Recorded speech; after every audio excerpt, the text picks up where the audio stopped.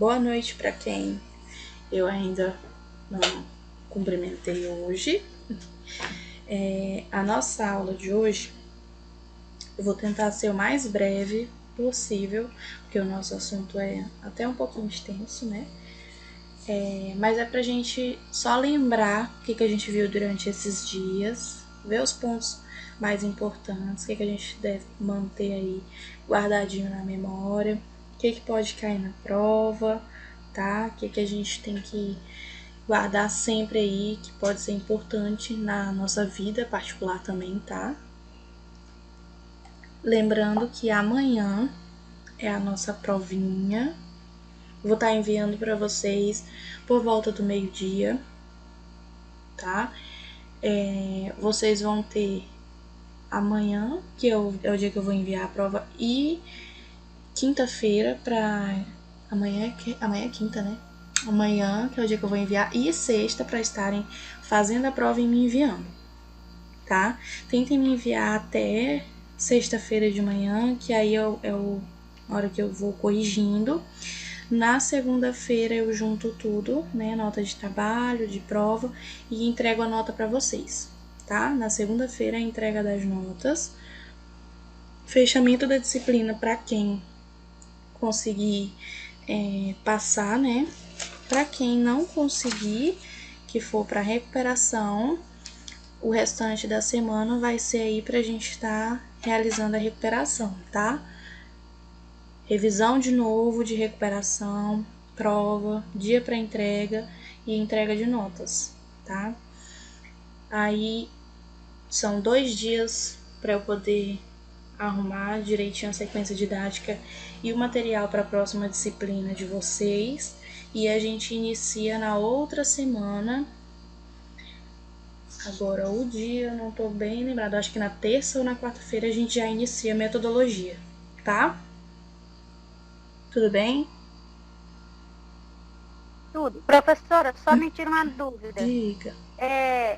A gente tem que enviar o videozinho aqui no grupo, né? No grupo do WhatsApp, até amanhã, tá? Todos os trabalhos, o videozinho e o diário de bordo e do artigo, tá? Todos até amanhã. Mas o videozinho, o artigo e o diário de bordo é para enviar no seu PV, né? Isso. E o videozinho é no grupo. Isso. Ah, sim. Não pode ser só um áudio, não. Não. Vocês vão ser a Fátima Bernardes. Vale, meu Deus, não posso expor minha imagem assim, não.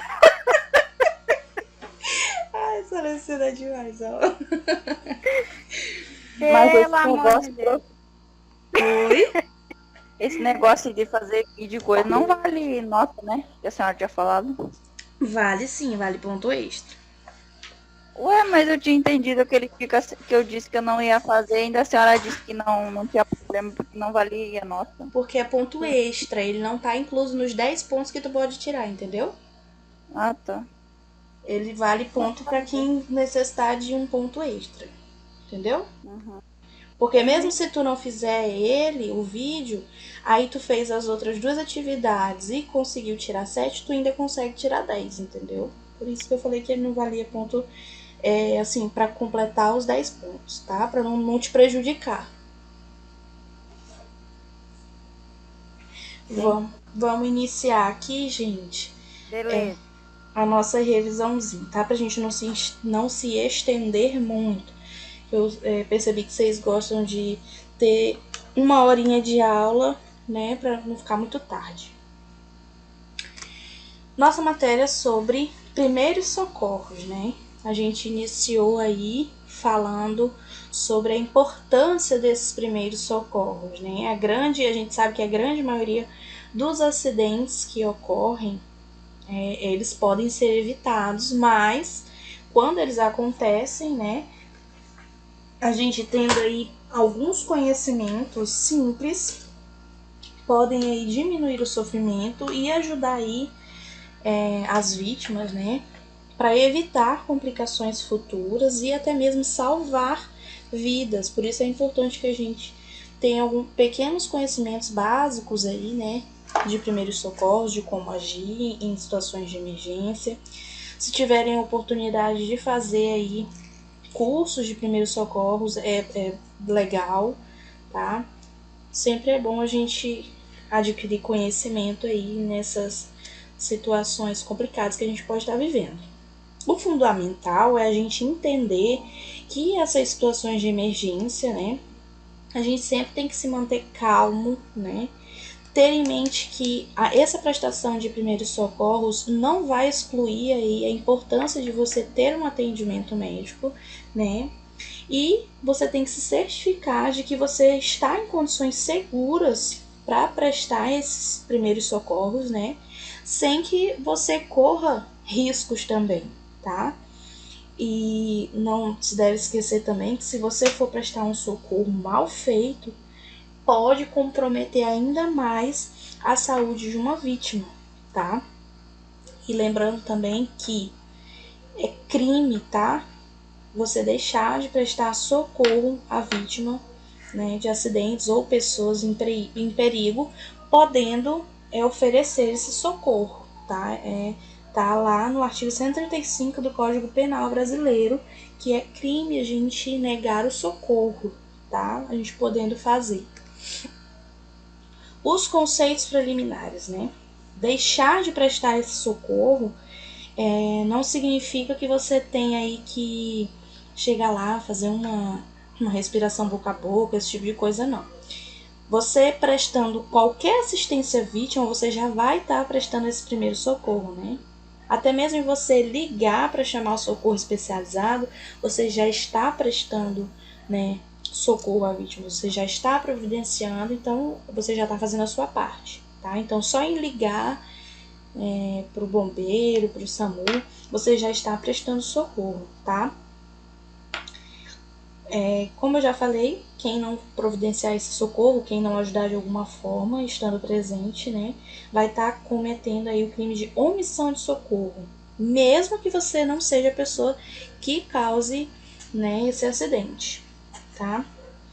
Esses momentos que são após o acidente, né, os primeiros minutos, as primeiras horas, são os mais importantes para garantir a recuperação ou sobrevivência, né, das pessoas feridas, tá?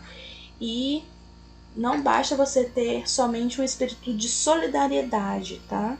A gente tem que ter aí algumas técnicas de primeiros socorros, alguns conhecimentos para a gente poder ajudar, tá? Algumas pessoas pensam que na hora da emergência não vão ter coragem, não vão ter habilidade suficiente, mas a gente não pode deixar levar por isso, né? E deixar de aprender algumas técnicas pensando que na hora a gente não vai conseguir fazer, tá? Porque a gente nunca sabe quando é que a gente pode precisar, tá? E lembrando que você, estudando essa disciplina ou fazendo algum curso básico de primeiros socorros, não vai te formar como um socorrista, tá? O socorrista é como a gente chama o profissional de atendimento de emergência, tá? Quem tem só um curso básico não é chamado de socorrista, é apenas um atendente emergencial, tá?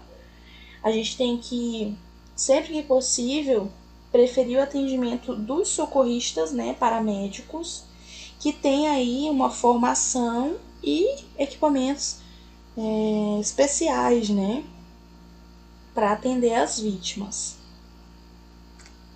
O que são esses primeiros socorros, né? Como o nome já sugere, são os procedimentos de emergência que são aplicados numa pessoa em perigo de vida, visando aí manter os sinais vitais, evitar o agravamento, né?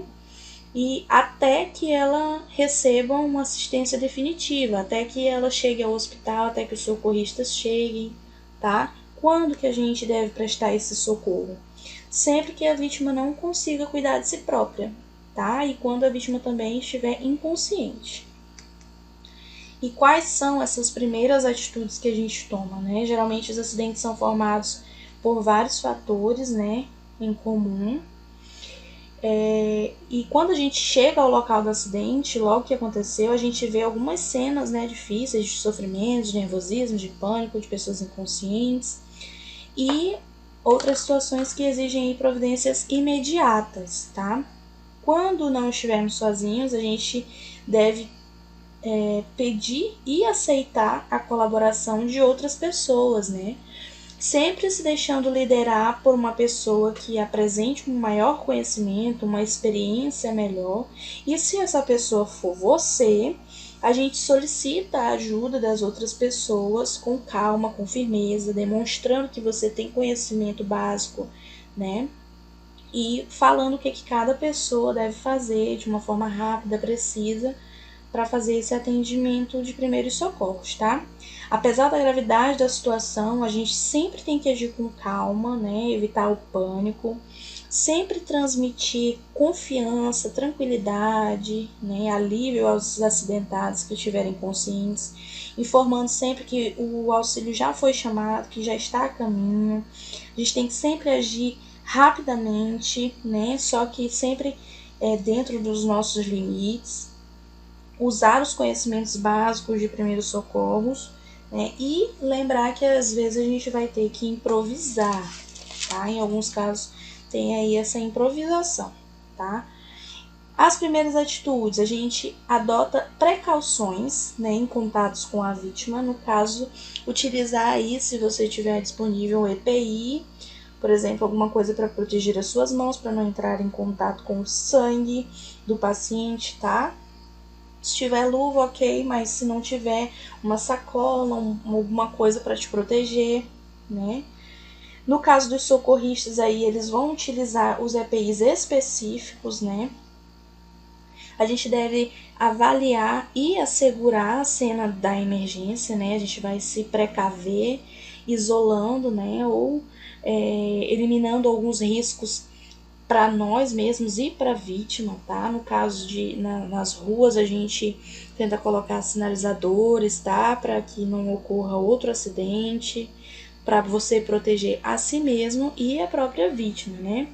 Prestar informações imediatas sobre a situação que você encontrou, né? E solicitar o apoio necessário para a solução dessa ocorrência, tá? Quando você ligar para assistência médica, e você tem que descrever aí qual foi a situação que você encontrou, como que tá a gravidade, tá? Isso tudo faz parte aí do atendimento de primeiros socorros, tá, gente?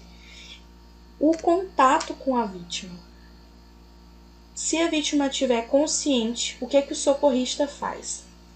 Se apresenta, diz o nome, diz que está lá para ajudar a socorrer, né? Pergunta, né, se pode ajudar a pessoa, sempre tem que ter o consentimento da pessoa. O socorrista e você que for prestar os primeiros socorros também, você se apresenta, pergunta como é que a pessoa tá, se ela tá, né, tá se sentindo bem de um modo geral, né? Pergunta se pode ajudá-la, questiona sobre o ocorrido, pergunta o que aconteceu, como que aconteceu, né? Pergunta qual é a queixa principal da vítima, onde que tá doendo mais, se ela tá sentindo não está sentindo alguma parte do corpo, né? E informar que vai examinar e a importância desse exame, tá? Então, esse contato com a vítima aí deve ser feito tanto pelo socorrista quanto por quem for aplicar aí esses primeiros socorros, tá? Quando a gente avalia a vítima, a gente tem que observar aí a sequência sistemática de avaliação da vítima, né? Fazer a avaliação, a análise primária e secundária. Analisar os sinais e os sintomas específicos de emergência médica ou de trauma apresentado pela vítima. Avaliar aí os indícios de lesões na coluna cervical, né? Porque a gente sabe que a coluna cervical é uma parte aí muito importante, que se a gente movimentar o paciente, fazer alguma coisa de errado, a gente pode comprometer aí a vítima, tá? E conduta e comportamento da vítima, né? A gente tem que atentar aí para qualquer alteração das condições da vítima em qualquer etapa da avaliação. Na análise primária que você vai fazer, você vai primeiro estabilizar a coluna cervical, né? E verificar a permeabilidade das vias aéreas, tá? Para ver se a pessoa está respirando, se tem alguma obstrução, tá? verificar essa respiração. No caso do socorrista, vai ministrar oxigênio caso esteja com dificuldade, tá? Verificar aí a circulação, né? E se existem hemorragias. O socorrista também vai fazer aí uns exames neurológicos rápidos, né? Vai prevenir a hipotermia. E, de novo, a questão da coluna cervical, a gente tem que lembrar que é o principal, tá? A gente não deve mexer somente se a gente vai movimentar a vítima somente em casos extremos, tá? Aí a gente vai ver algumas manobras, a gente viu, né, algumas manobras que é feito aí no paciente, que os socorristas fazem com os pacientes, né? Lembrando que você vai mexer, lembrando de novo, questão de coluna cervical, a gente só vai movimentar o paciente caso ela esteja aí sem respirar, esteja se afogando aí no sangue, tá? Aí a gente faz a abertura das vias aéreas por uma das manobras que a gente viu, que é a manobra de elevação da mandíbula, de tração do queixo e extensão da cabeça, tá? E ver como é que tá a situação da vítima, se ela está respirando, se está tendo pulso, tá? A manobra de elevação da mandíbula é sempre realizada pela equipe de resgate, né? Ele se posiciona sempre aí atrás da vítima, como na imagem, atrás da cabeça da vítima, coloca as mãos, né, ao lado da cabeça, em ambos os lados, né? Coloca os dedos no queixo da vítima, fixa a cabeça com os braços, né, com as mãos, e eleva a mandíbula, né, abrindo a boca do paciente com os polegares para abrir as vias aéreas, tá? A manobra de tração do queixo também é realizada aí pelos socorristas, tá? É apoiada uma das mãos na testa da vítima para evitar que a cabeça se movimente. Com a outra mão ela segura o queixo da vítima, né? E também levanta o queixo para abrir as vias aéreas, tá? E a distensão da cabeça, do mesmo jeitinho da imagem, tá? Uma mão sobre a testa, os dedos indicadores aí no queixo da vítima, né? Tocando o mento aí da vítima. Ela vai efetuar uma extensão no pescoço, vai levantar o pescoço, né? Fazendo esse movimento aí de modo a manter a boca da vítima sempre aberta. Isso aí são procedimentos realizados para a vítima que não possuam indícios que tenha trauma na coluna cervical, tá? E a questão da verificação, né, de respiração e administração de oxigênio por parte dos socorristas. A gente sempre vai empregar essa técnica aí de ver, ouvir e sentir, né? Você vai, enquanto você ouve, né, observar, ouvir os ruídos da respiração, você observa os movimentos do tórax e sente a saída de ar. Tá? Você faz 3 coisinhas ao mesmo tempo. Sempre sem falar para o paciente, se ele estiver consciente, né, sem falar para ele que você está avaliando a respiração dele, tá? Os procedimentos operacionais, né, são aqueles de estabilizar a coluna cervical manualmente, verificar aí se a pessoa responde, né? Verificar a permeabilidade das vias aéreas. No caso dos socorristas, eles vão ministrar oxigênio com a máscara, né? De acordo com a idade, o tamanho da vítima. Em caso de crianças, os pais ajudam aí segurando a máscara, acalmando a criança, tá? E aí existem os milímetros das máscaras diferentes para adulto, né, e para criança abaixo de 8 anos, por conta do tamanho, tá? Questão de verificar a circulação e se há hemorragia na vítima. Como que a gente faz? A gente vai apalpar o pulso carotídeo, né, em vítimas acima de 1 ano de idade, que é ali no pescoço, para a gente sentir se tem circulação sanguínea, né? E no caso de vítimas abaixo de 1 ano, a gente apalpa a artéria braquial, tá? Um pulso palpável indica uma pressão arterial sistólica e a pressão arterial diastólica. A gente vai ver isso um pouquinho mais na frente, que a gente já falou sobre isso, né? Mas aí é uma questão que o socorrista vai saber diferenciar melhor, tá? A gente só consegue identificar se a pessoa tá tendo circulação, né, ou não. A nossa segunda aula aí, a gente vai verificar a perfusão capilar da extremidade. Como que a gente faz isso? A gente vai pressionar a polpa digital, tipo, aonde tem a nossa digital, né, no dedão, por exemplo, ou o leito ungueal, que é a unha, né? A gente aperta e observa o retorno sanguíneo. Se retornar em até 2 segundos, tá normal. Se retornar depois de 2 segundos, ela está com uma hemorragia. E se não retornar, a pessoa está em choque, tá? O quadro está disponível no slide, tá? Da perfusão e do motivador dessas alterações. Está na apostila também, tá? Sobre a verificação de temperatura... tá falhando minha voz, gente, desculpa. Sobre a verificação de temperatura, coloração e umidade na pele, a gente faz isso da temperatura na testa, tá? A temperatura normal do corpo é aí de 36,2 a 36,8 graus Celsius. E a gente sabe que a pele é responsável, né, em grande parte pela regulação da temperatura, né?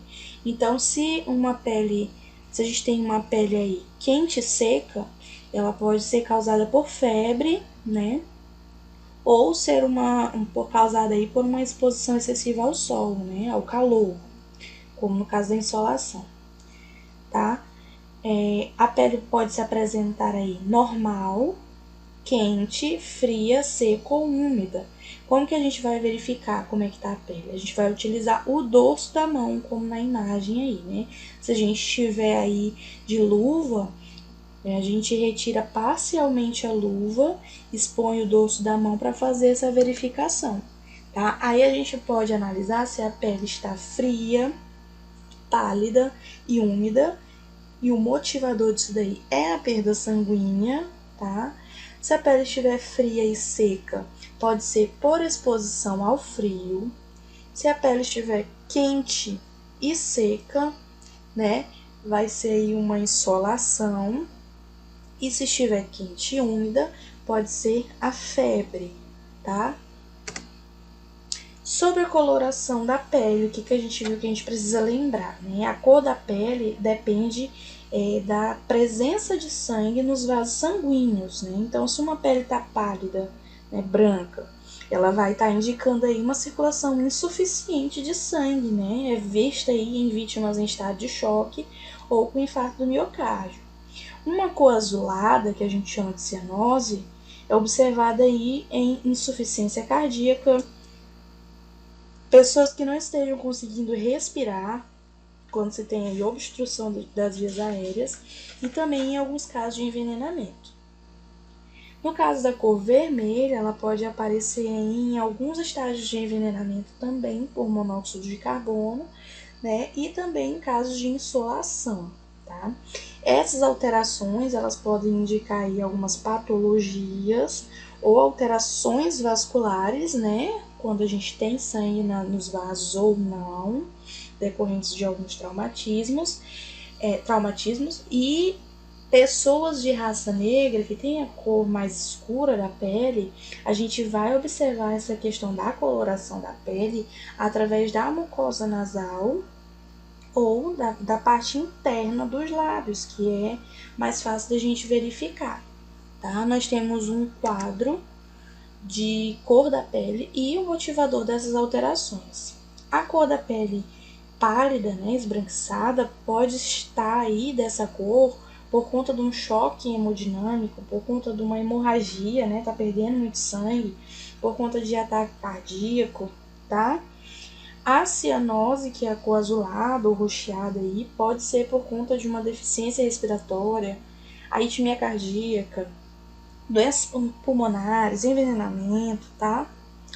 A icterícia, que é a pele amarelada, aparece aí, se apresenta em pessoas com doença hepática, né, com doenças no fígado. E por último, a hiperemia, que é a pele avermelhada, né, pode estar aí ser causada por hipertensão, insolação, alergia, diabetes ou por choque anafilático, tá? A questão da aplicação do colar na vítima, né, é feita aí pelo socorrista, tá? Como que é feito? O socorrista vai tirar aí qualquer vestimenta ou algum adorno na área do pescoço, né, que pode comprometer.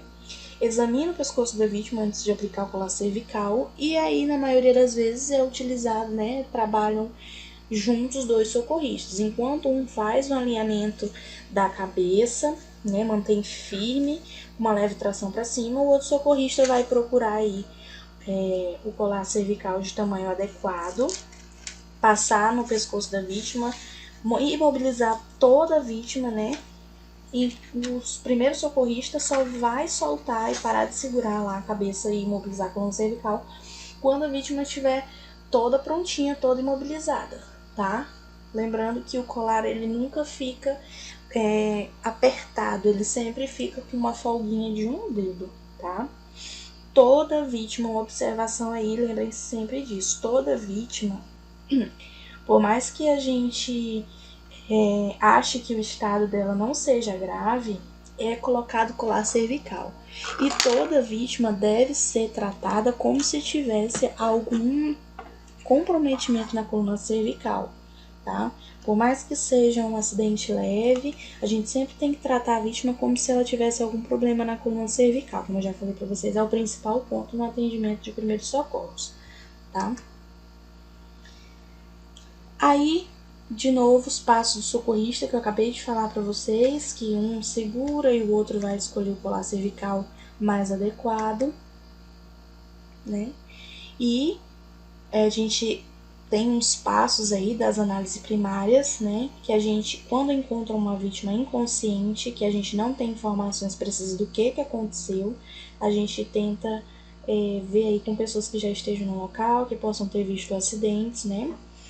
Sempre de novo batendo na mesma tecla. Coluna cervical, nunca movimentar o paciente, você pode causar aí problemas gravíssimos, tá? O paciente pode ficar sem andar, perder os movimentos, tá? Nunca movimentar a vítima da posição que ela se encontra antes de imobilizar ela, exceto em alguns casos, né, como esses aí que a gente tem disponível, quando ela está num local de risco, tá correndo risco de explodir o carro, por exemplo, num acidente de trânsito, né, se tiver numa posição que ela não está conseguindo respirar, que tem alguma coisa obstruindo as vias aéreas, quando a posição dela vai impedir que você analise as condições dela, tá? Se ela estiver atrapalhando aí o acesso a uma vítima mais grave, tá? Aí somente nesses casos é que a gente vai movimentar a vítima, tirar ela da posição que ela se encontra, tá? Na análise secundária é aí onde você vai descobrir as lesões, né, os problemas clínicos que ela pode apresentar, que poderão ameaçar a vida dessa vítima, né, através de algumas interpretações nos achados que você vê aí, através da verificação dos sinais vitais, no exame físico e nas perguntas que você vai estar realizando caso a vítima esteja consciente, tá? Os sinais vitais. Os sinais vitais, eles refletem aí o estado atual do sistema da pessoa, né, da vítima, sistema circulatório, sistema respiratório, né, então o que a gente verifica? A gente verifica a frequência respiratória e a qualidade dessa respiração, verifica a frequência cardíaca e a qualidade do pulso e verifica a pressão arterial. Então, se eu faço uma pergunta para vocês, né, quais são os sinais vitais aí que a gente verifica num atendimento de primeiros socorros, os três pontinhos aí de sinais vitais, vocês vão dizer aí que a gente verifica frequência respiratória e a sua qualidade, frequência cardíaca e a qualidade do pulso, e verifica também a pressão arterial, tá? Agora eu vou colocar o slide da outra aula, que essa daqui eu dividi, tá? Só um pouquinho. Lafif tá só de boa, né, Lafif?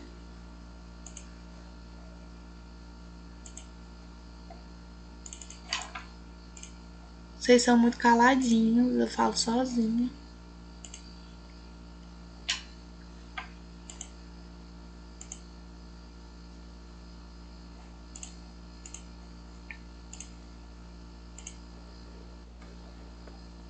Eu tô rouca no mundo, não dá nem pra me falar direito. Vixe. Vocês estão vendo aí o outro slide, gente? Sim. Beleza. Nesse slide aí, a gente vai até o final, tem o conteúdo até o final, tá? Que é sobre os sinais vitais, essa continuação aí, de como que é feita aí essa verificação, né? Primeiro, da frequência respiratória e a qualidade dessa respiração, né?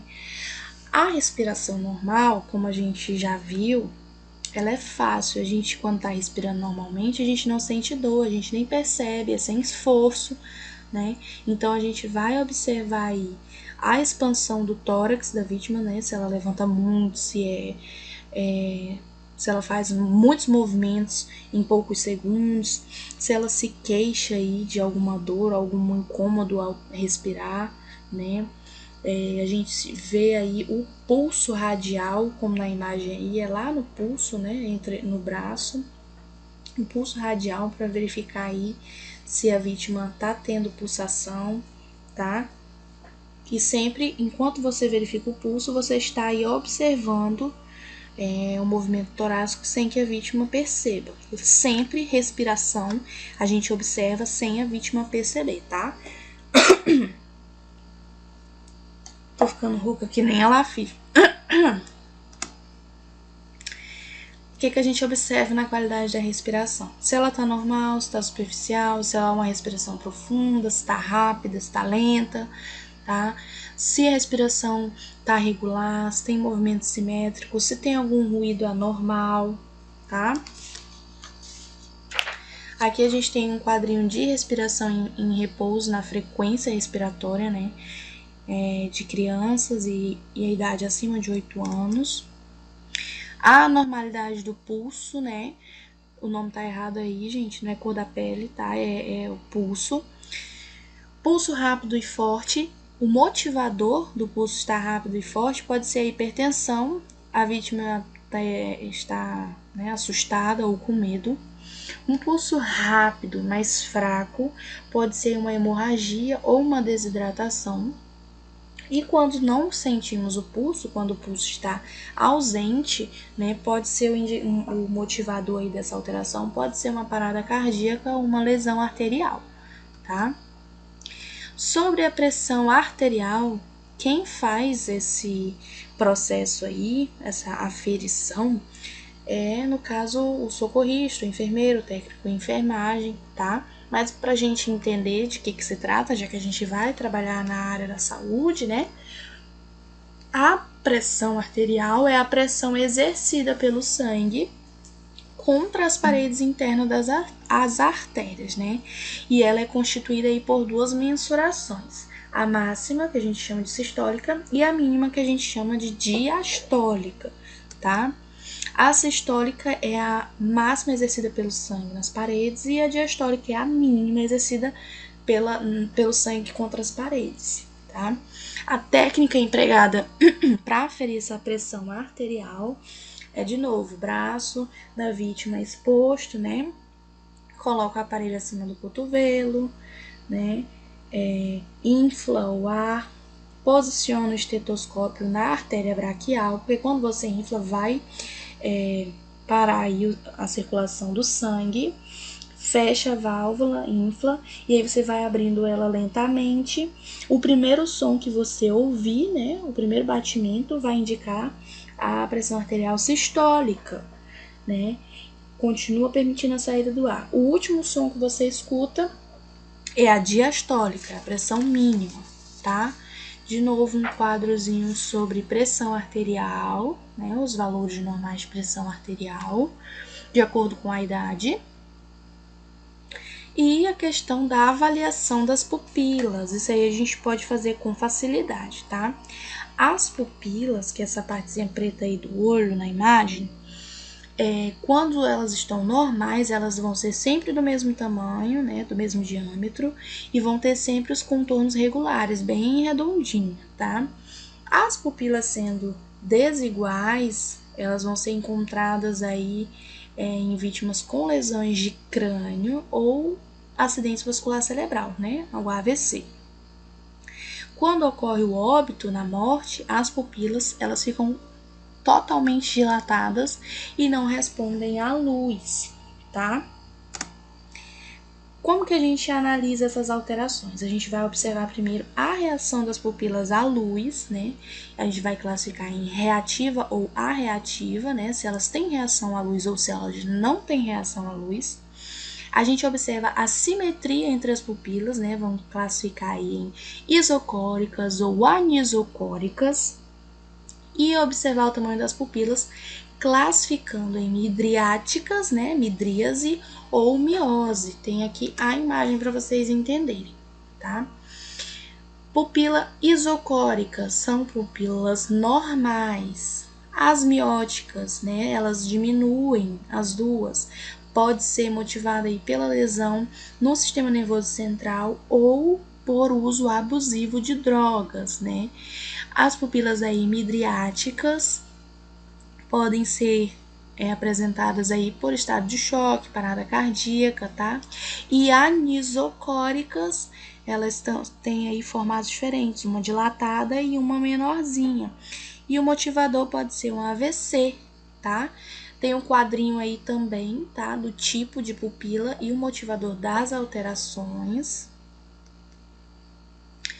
E aí, a gente vai observar aí a questão dessas respostas dos sinais, né, do paciente através de uma escala de coma de Glasgow, que a gente chama, tá? É uma escala utilizada pelos enfermeiros, pelos técnicos, tá? Eles estudam bastante isso. O que consiste essa escala?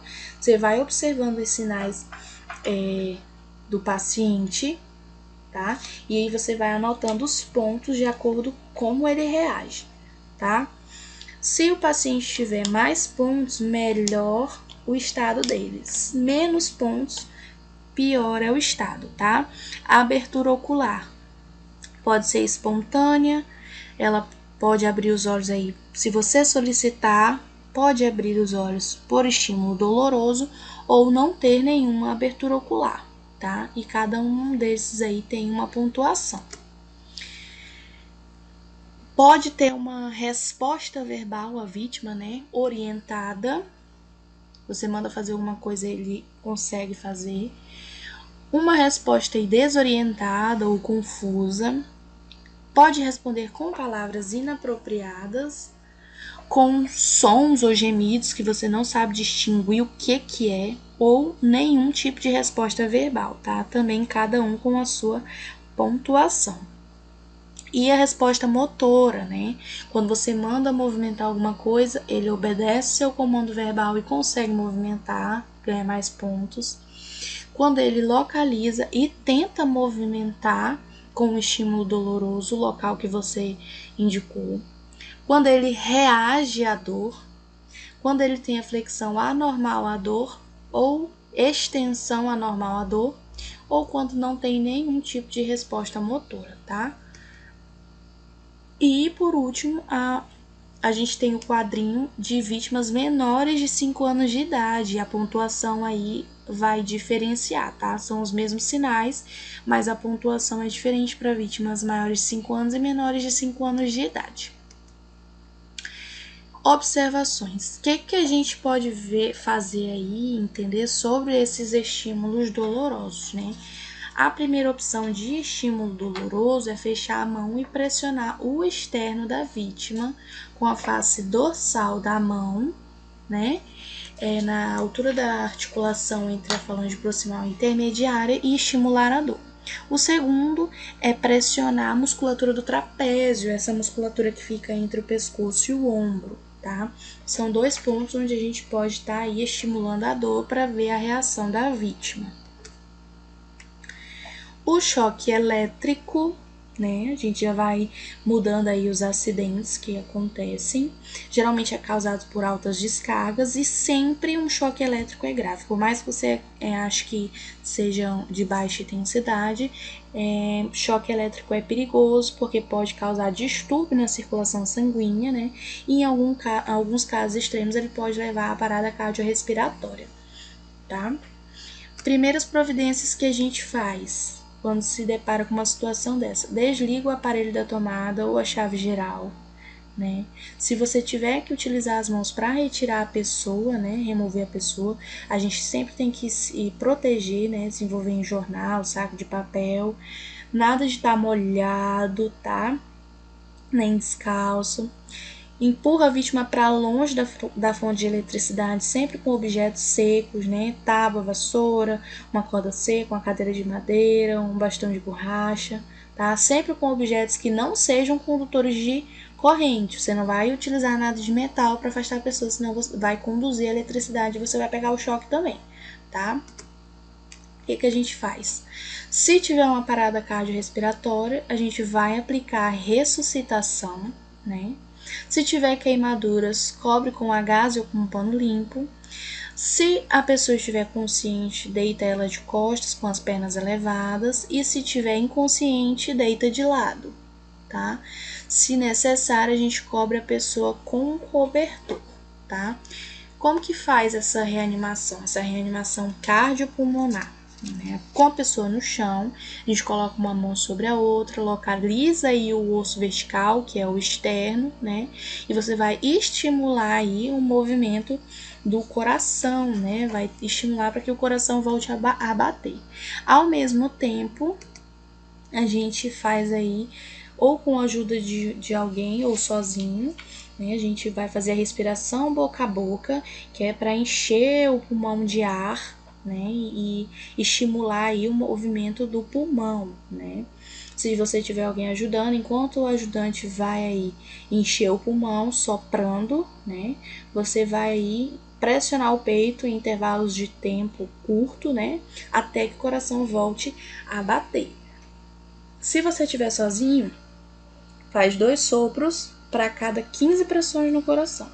Se tiver alguém ajudando, você faz um sopro para cada 5 pressões. Então, 5 pressões, alguém sopra uma vez. 5 pressões, alguém sopra uma vez. Se não tiver ninguém te ajudando, você vai pressionar 15 vezes e dar 2 sopros, tá? Em casos de asfixia, né, o que a gente faz? A gente vai aplicar a chamada manobra de Heimlich, tá? Que é a gente ficar de pé ao lado e ligeiramente atrás da vítima, com a cabeça um pouquinho inclinada para frente, envolve os braços na região do abdômen, um pouquinho acima do umbigo, né? E verificar se a gente está aí por debaixo das costelas e pressionar, né? Para dentro e para cima, para desobstruir aí as vias aéreas, né? No caso de bebês, gente, fazer o mesmo, lembra? A gente faz o mesmo movimento, só que com os dedos, tá? O bebê no braço, inclinado com a cabeça para baixo, a gente faz o mesmo movimento que no adulto, só que com os dedos, com menos intensidade, né? Porque é um bebê, então é mais frágil, tá? Fraturas. O que é a fratura? Fratura é a quebra de um osso, tá? Que ela pode ser causada aí tanto por uma pancada muito forte, por uma queda ou por esmagamento.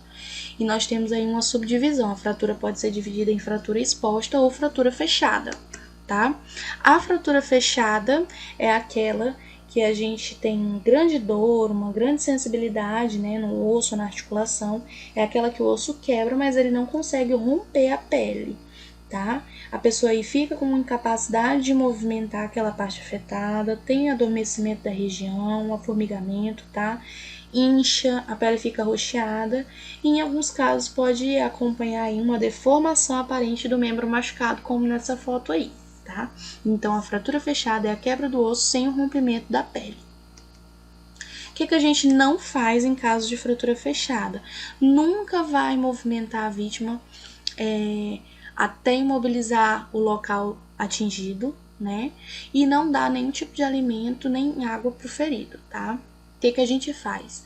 Chama assistência médica, enquanto isso você vai acalmar a pessoa, mantê-la aquecida, né? Verificar se o ferimento não interrompeu a circulação sanguínea. Vai tentar imobilizar o osso. Quando a gente fala em imobilizar o osso, não é colocá-lo no lugar, tá? É somente fazer com que ele não movimente mais do que ele já movimentou, já saiu do local. E sempre manter o local afetado no nível mais elevado que o resto do corpo, né? E se tiver disponível, fazer compressas de gelo, né? Que é um aliado pra gente aí, tá? No caso da fratura exposta, são aquelas fraturas em que o osso quebra e há o rompimento da pele, tá? O que a gente não faz no caso das fraturas expostas, né? A gente nunca dá água de jeito nenhum, nem nenhum tipo de líquido, nem bebida, por conta de que, como uma fratura exposta é mais grave, o risco dela ter que passar por um procedimento cirúrgico é bem maior.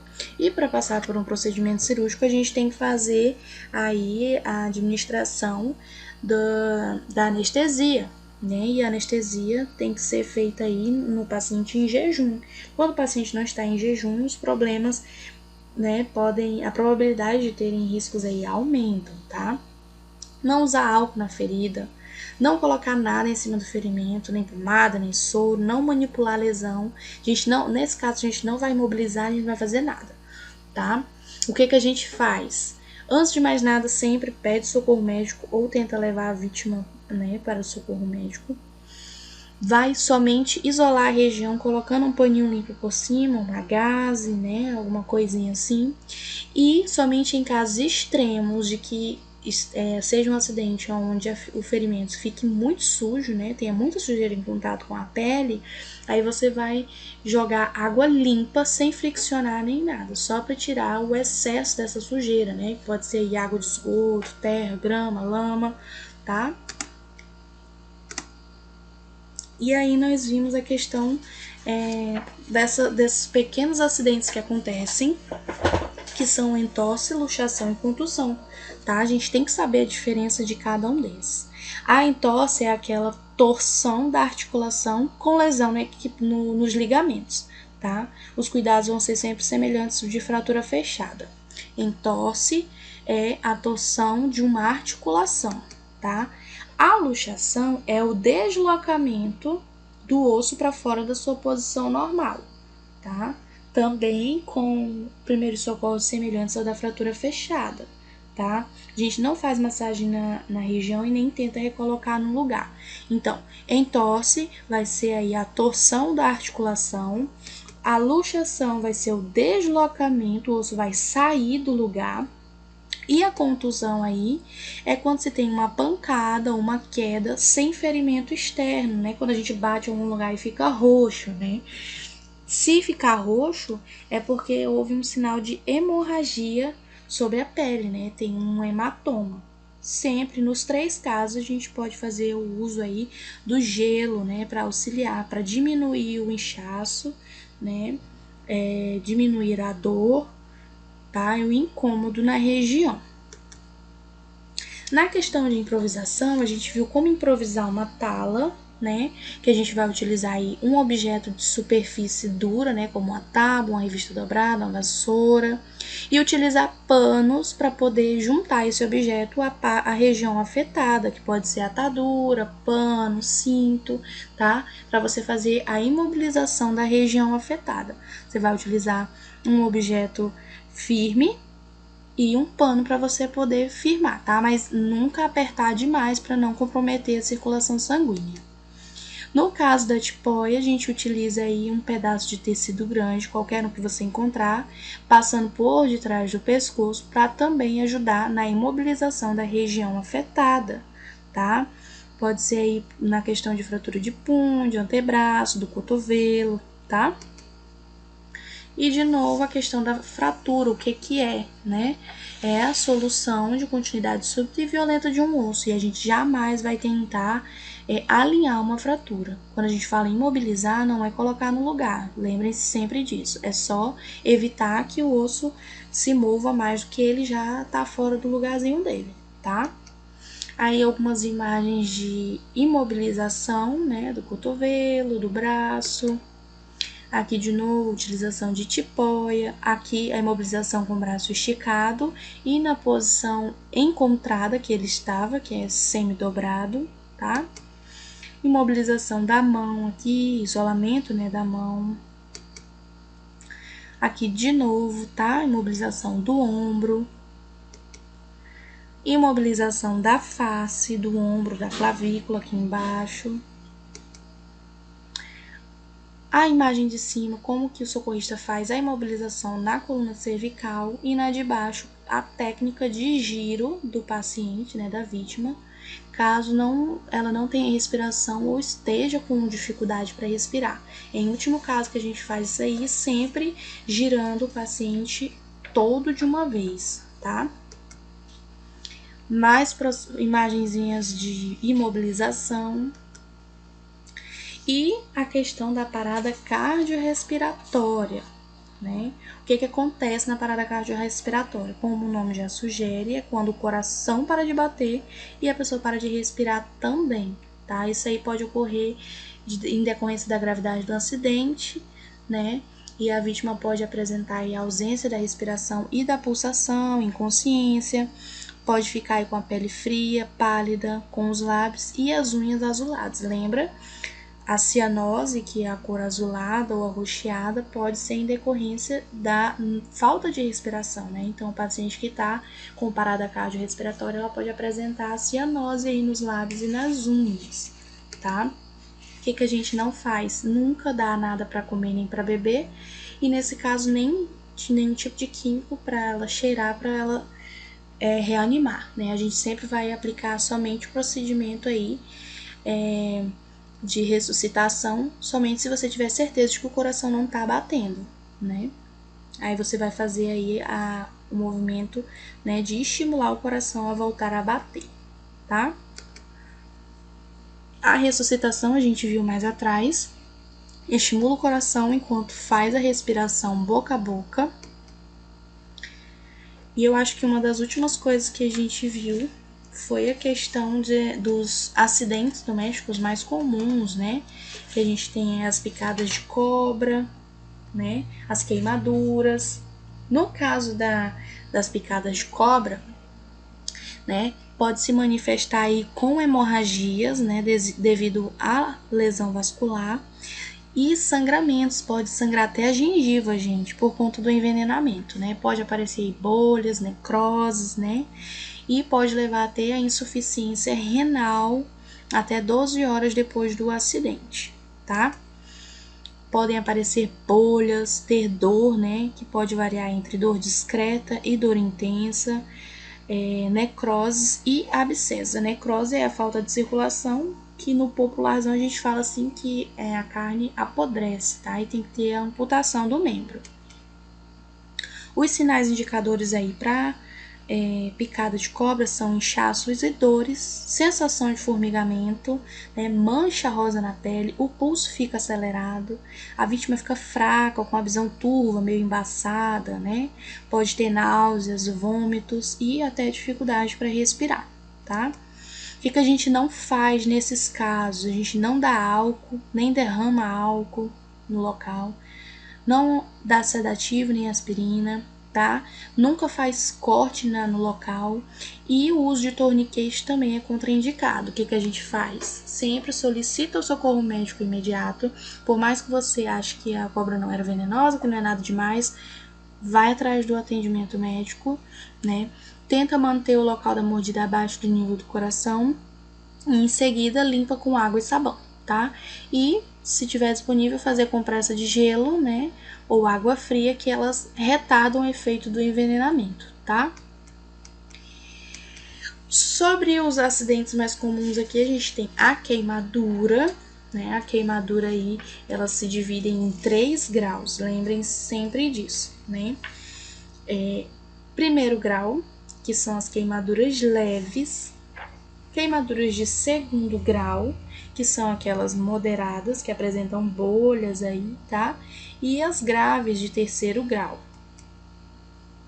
Quando uma vítima está pegando fogo, né?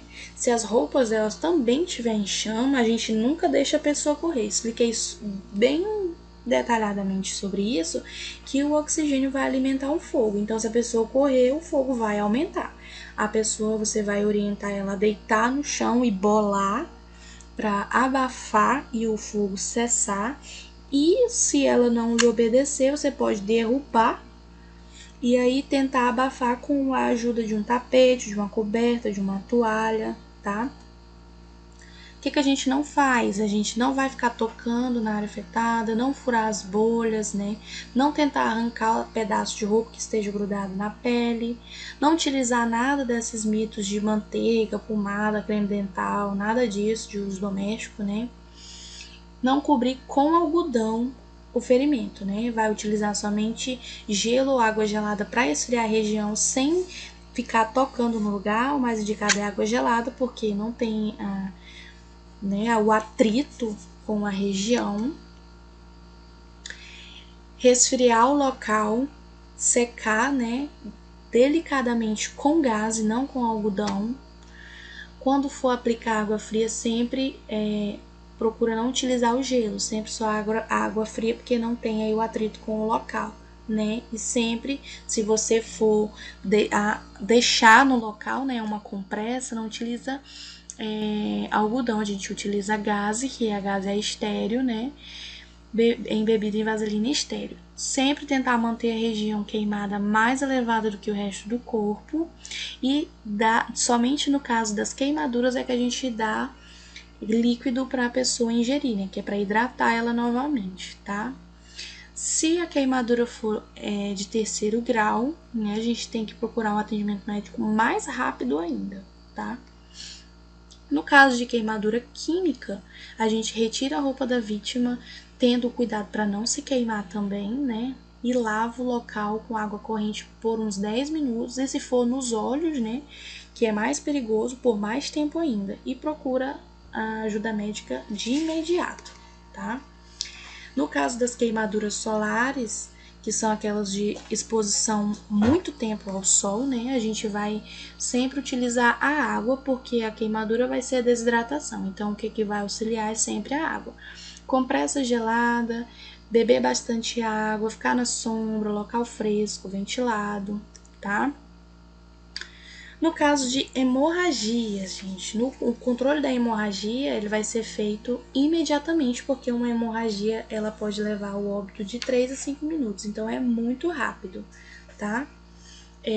Quando uma artéria é atingida, o perigo é maior, a artéria é maior, né? Tem mais sangue movimentando lá. Então, como que a gente diferencia se foi rompida uma artéria ou uma veia? A artéria, o sangue é um vermelho mais vivo e o sangue sai mais rápido e mais forte. Na veia, o sangue, o vermelho é mais escuro e sai de forma lenta, mais contínua, tá? E existe também a questão da hemorragia interna e a externa.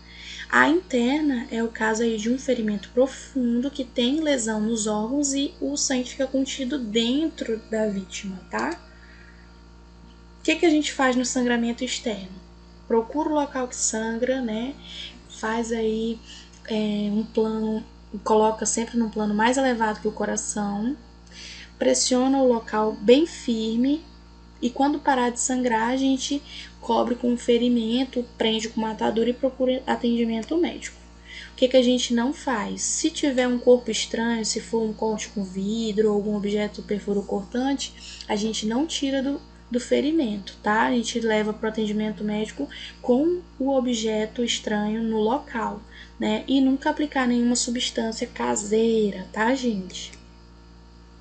Nos sangramentos internos, né, a gente vai acompanhar aí os sinais, né, os sinais externos, como o pulso da pessoa, a questão da pele, da mucosa, né, esses sinais que a gente pode observar por fora, vamos dizer assim, né, se a pessoa está com sede, se está tonta, se está inconsciente, não vai dar alimento para a vítima, né, e sempre pedir auxílio médico de imediato, tá? No caso de sangramentos nasais, eles são mais simples de resolver na grande maioria dos casos. A gente vai comprimir a narina, né, com compressa fria, o gelo sempre é um ótimo aliado. E se a hemorragia persistir, a gente comprime de novo e procura o socorro médico, que geralmente só nesse primeiro caso aí ela já cessa, tá? Torniquete, que ele vai ser aplicado apenas em casos extremos, em último recurso, quando o sangramento não tá parando, tá? É feito amarrando um pano limpo um pouco acima do ferimento, enrola ele por 2 vezes firme, né? E aí coloca um objeto, como pode ser um graveto, né? E gira para firmar mais, né? Deixar firme o local. E aí, se o caminho até o atendimento médico for mais demorado, você vai aí desapertar a cada 10 ou 15 minutos para manter a circulação desse membro afetado, tá? A gente quer que a circulação, que o sangue pare, né? A hemorragia pare, mas a gente também quer a circulação de sangue no membro para que ele não seja afetado. Aí existem as técnicas de estancamento no ferimento, né? Por elevação do membro, o controle da hemorragia com bandagem, tá? E os tipos de hemorragia. Temos 3 tipos de hemorragia: capilar, venosa e arterial. A capilar é o sangue com pouca quantidade. A venosa, o sangue com a saída contínua, com sangue roxo escuro, né? Aquela que vem das veias, que as veias foram rompidas. E a hemorragia arterial é quando uma artéria for rompida, né? O sangue é mais vermelho, sai mais rápido, mais contínuo e é mais perigoso, tá? E sempre a remoção ou movimentação de um paciente deve ser feita com muito cuidado para não agravar as lesões que existam, né? E a questão dos primeiros socorros em afogamento. Lembrando que os primeiros socorros em afogamento é de extrema importância a gente saber que é melhor que uma pessoa treinada faça, porque pode haver aí uma tragédia muito maior, tá? O socorrista, ele sempre promove um resgate imediato e apropriado, né? Sempre aí numa situação que ele se proteja, né? Ele e proteja a vítima, para ele não se afogar junto, né? Sabendo que a prioridade de um resgate de afogamento não é retirar a pessoa da água, mas é fornecer um meio de apoio para que essa pessoa consiga, né, se acalmar, respirar, tá? E esse resgate tem algumas fases, né? A fase de observação, a de entrada na água, a de abordagem, né, que é subdividida em verbal e física, a fase de reboque e a do atendimento, né? A fase de observação, ele vai observar o posicionamento da vítima na água, né? Vai entrar na água. A fase de abordagem é, antes de chegar até a vítima, ele vai falar que tá chegando, vai tentar acalmar a vítima. Se ele conseguir, ele vai fazer o contato aí físico, né? Ele vai segurar com uma mão a vítima por debaixo da axila, né, no peito, e a outra mão ele vai nadar e nunca deixar que a vítima se agarre a ele, porque pode levar aí, né, a um afogamento duplo, tá? A fase do reboque, né, é aquela onde vai tirar o paciente do local, tá? E a fase do atendimento, onde vai ser feita aí a ressuscitação, né, a massagem cardíaca, a respiração boca a boca e também o atendimento aí de primeiros socorros, tá? Tem alguém aí ainda? Ainda. Ah, que bom. Pensei que eu tava sozinha. Não tá Vamos nada. aqui.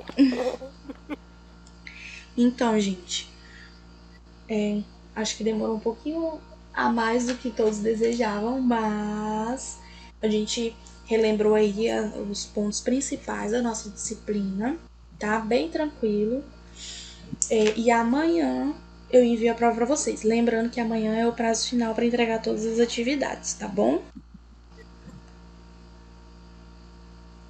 Professora, mas as atividades para entregar só até a parte da manhã ou até o final do dia? Não, pode amanhã? ser até o final do dia de amanhã, tá? Ah, beleza, porque eu não tive tempo, tem 2 que eu preciso fazer, que hoje eu tava trabalhando, cheguei agora à noitinha, nem deu tempo. Não se preocupe não. Você pode mandar amanhã o dia inteiro, tá? Beleza.